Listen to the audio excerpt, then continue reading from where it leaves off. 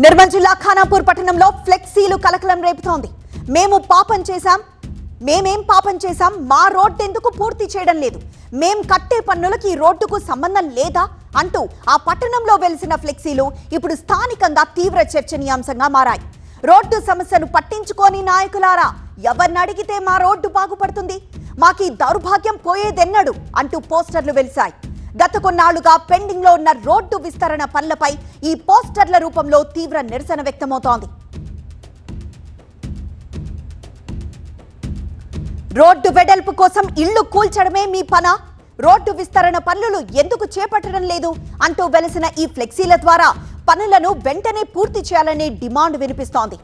ఇళ్లు కోల్పోయి ఇబ్బందులు పడుతున్న అధికారులు, నాయకులు మాత్రం నిమ్మకు నీరెత్తినట్లు వ్యవహరిస్తున్నారనే విమర్శలు వ్యక్తమవుతున్నాయి.